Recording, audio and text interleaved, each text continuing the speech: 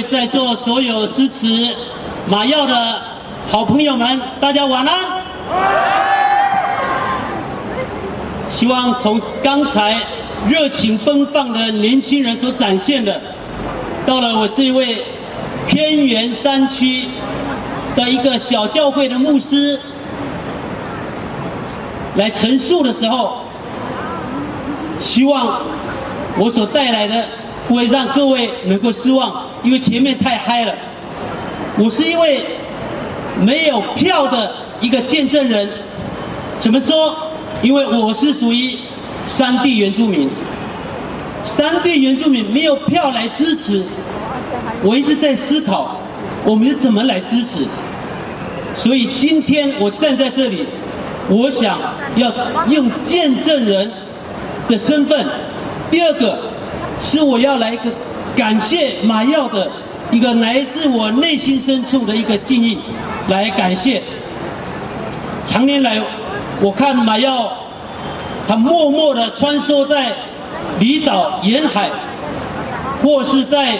都市丛林各个夹缝中，在高山部落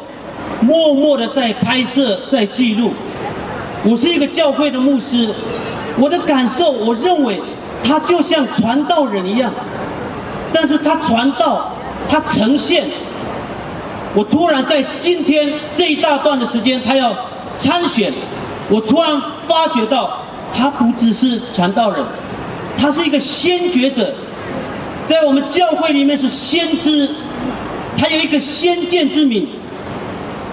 而且他有一个宽广的胸怀。如果他有志于参选，花那么长的时间，在没有票的山地原住民的部落去拍摄。4年多以前，我在石门水库上游才15户小小的部落，我的家在拉拉山千年的巨木环抱的那个区域，林务局它片面的要命名。因为我们老早知道，在奇朗山马告国家公园，林务局在那里做了什么样的坏事？他们把每一棵树木挂上命名，齐衡公、岳飞、柳公权，都跟我们台湾这个领域里面的名字都不相干。马耀他知道这个事情，跟我讲，我们带了几位年轻人去抗议，而且林务局用